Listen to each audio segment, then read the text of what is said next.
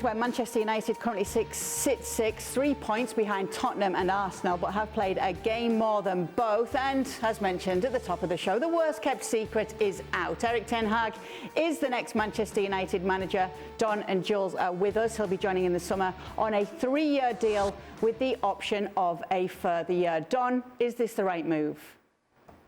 It is the right move, but he's got a job on.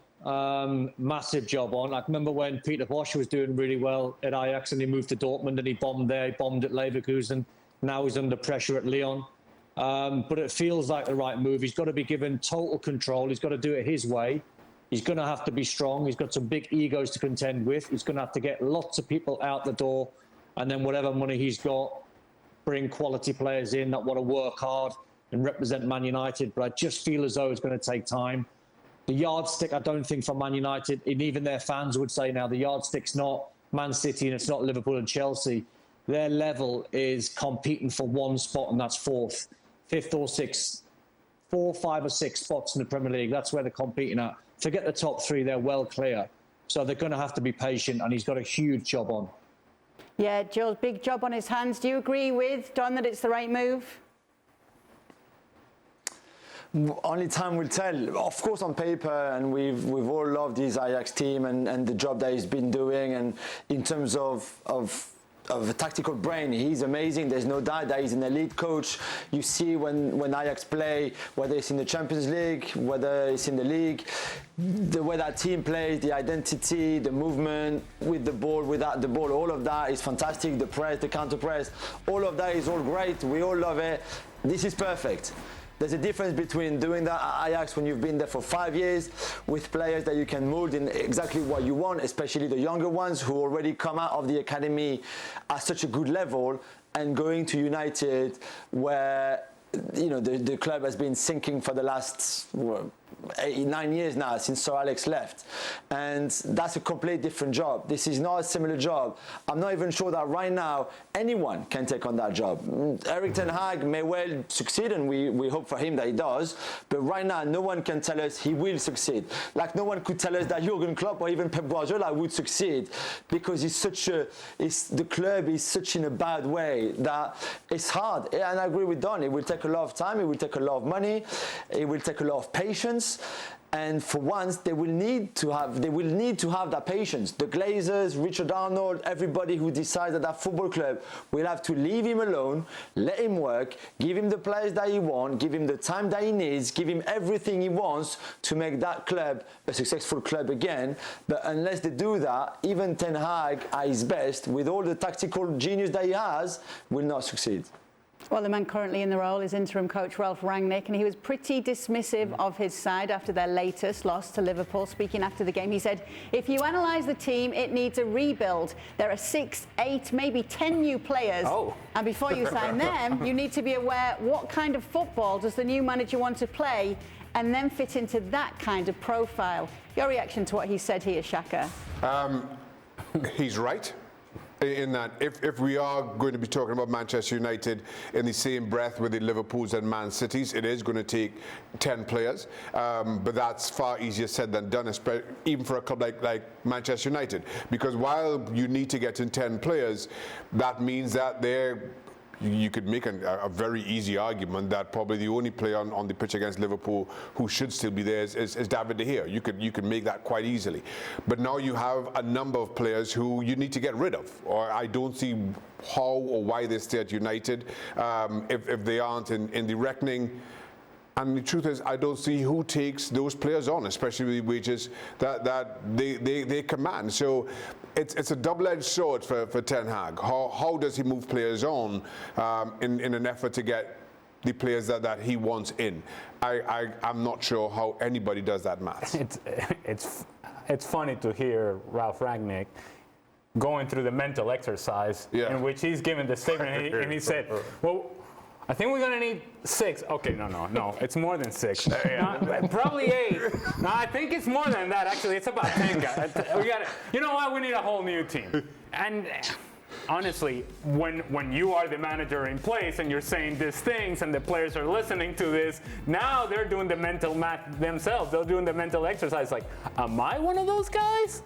Probably I am. And you start looking out for yourself. You no longer care about what's going on currently in the team. You look out for yourself and you start wondering, where is my future? Is it gonna be here? If it's not here, then where is it gonna be? And what do I need to do to take care of my career?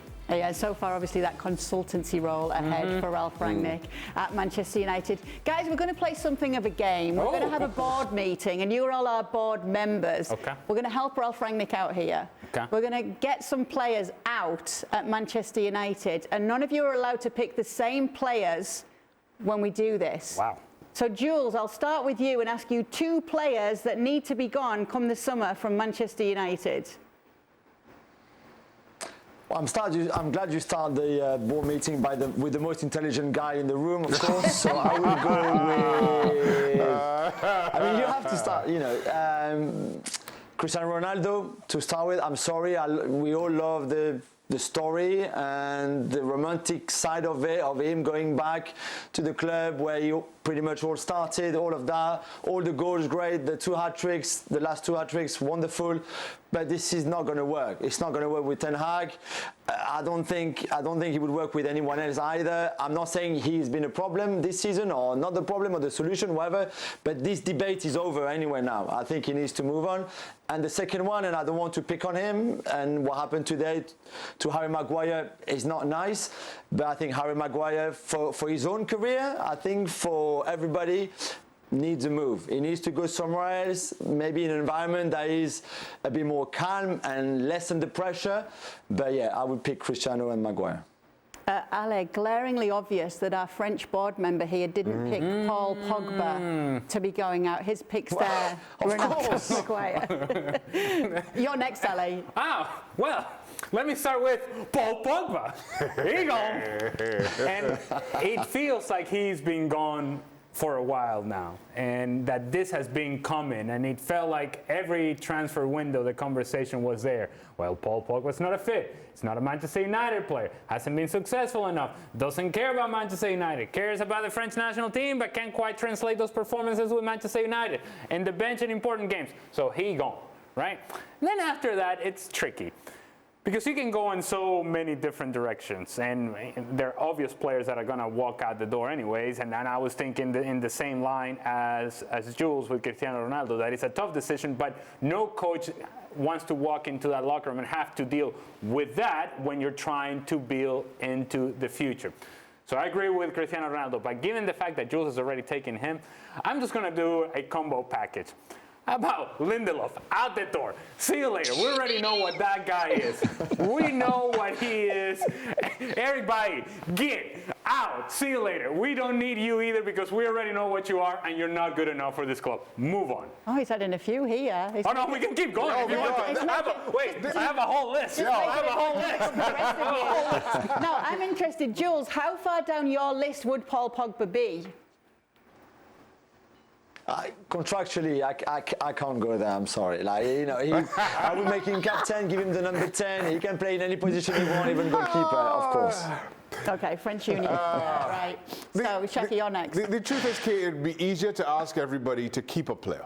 Because we could line that entire Manchester United roster up and ship out everybody bar maybe 2.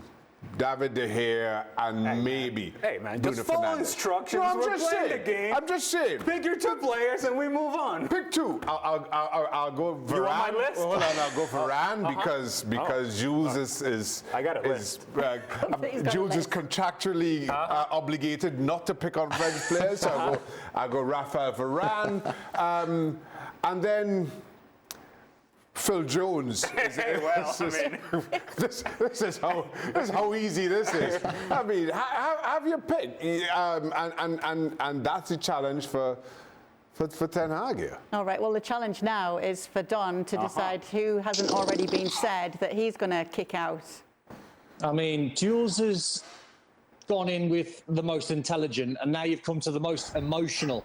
So in this board meeting, I had a cup of coffee or a hot chocolate, and I'm like, get rid of a lot of them. They're not good enough. So I'm going to go with, because I read today, I don't know if it's true, but I read today that Erik Ten Hag's got a war chest of 200 million. and he's going to try and get 10 players in on 200 million. So I'm going to try and raise him some funds. And Anthony Martial, there's a player that you might be able to get. Jules might know his transfer fee. I reckon you're looking at about 30 million-ish. So I would say Anthony Martial. And the other one would be the guy who's using Man United at the moment as a gym just to be fit for Uruguay, Cavani. All right, yeah, another Frenchman there that Jules failed to mention. Jules, are you hearing something similar with regards to figures that he may have to spend, Erik ten Hag, when it comes to helping rebuild this side? Yeah, I think it would be something around that amount. I think it will also depend a lot on who is leaving, because again, if Cristiano leaves the club and his wages are a third of the wage bill, it frees a lot of space that if he doesn't leave, won't be freed, and you will have to deal with it differently. So I think it depends also a lot on the clearance and the clear-out that you're going to make happen this summer. And I think they're very focused on that already, trying to find clubs for the ones who were still under contract. Unfortunately for some of them, the one out of contract, it's a no-brainer, they're going.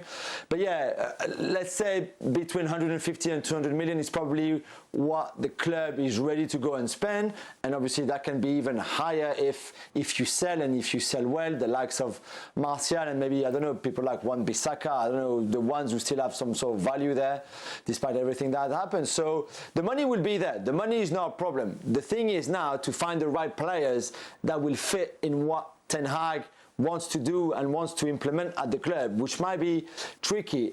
We were saying with Gab this morning on our show, how much will Ten Hag be involved? Is he going to be involved in every step of the way from the start, saying, okay, I want this guy, and actually naming a Darwin Núñez or Aurélien Tchouaméni or Jules Koundé, whatever? Or is he going to give profiles and then Fletcher and Murto are going to come back with a list of 5 or 10 names and then they will go through it together? Will he be not involved completely until the end? But what cannot happen is another Donny van de Beek, where they sign a player that the manager doesn't want, because again, that was a problem before, and we can't have a repeat of those kind of problems. I understand what Jules is saying, but there's a lack of honesty in his statement. He said, we were saying in our show, Gab and Jules, we know that Jules doesn't get to talk in that show. It's not we were saying, it was Gab was saying, and Jules was nodding. They're actually a little bit feisty on the latest one. I mean, they usually do have a bit of a debate and argument, but particularly on this one. So make sure to check out the latest show if you haven't already. Thank you very much for watching ESPN FC on YouTube. For more highlights, analysis, and exclusive content, be sure to subscribe.